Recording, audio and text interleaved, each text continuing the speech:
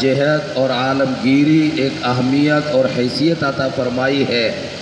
دارالعلوم دیوبند حجت اللہ فی الارض حضرت الامام الاکبر مولانا محمد قاسم صاحب نانوتوی نور اللہ مرقدہ وبرد مجاعہ کا لگایا ہوا ایک پودا ہے۔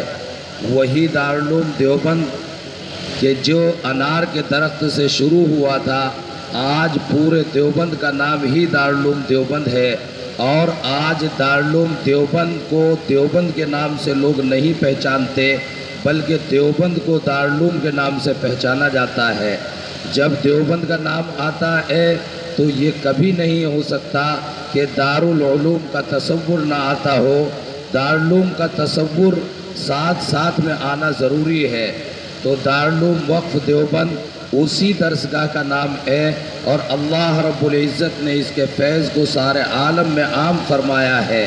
آج دارالعلوم وقف دیوبند میں طرح طرح کی اہمیتوں کے حامل اساتذہ، اصحاب نسبت بزرگ تمام آپ کے سامنے ہیں۔ ہمارے اساتذہ کرام میں اہم ترین بزرگوں میں ہمارے درمیان ہم سب کے محترم اور آپ کے سب کے استاد حضرت مولانا فرید الدین صاحب دامت برکاتہم العالیہ یہاں پر تشریف فرما ہے، جو دارالعلوم وقف دیوبند کے استاد حدیث ہیں اور بہت ہی مؤثر عالم دین ہیں۔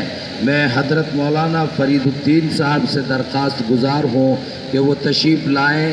حضرت ہیں، حضرت کے طلبہ ہیں، مہمانان کرام ہیں، انشاءاللہ آپ اہم نصیحتوں سے مستفید ہوں گے۔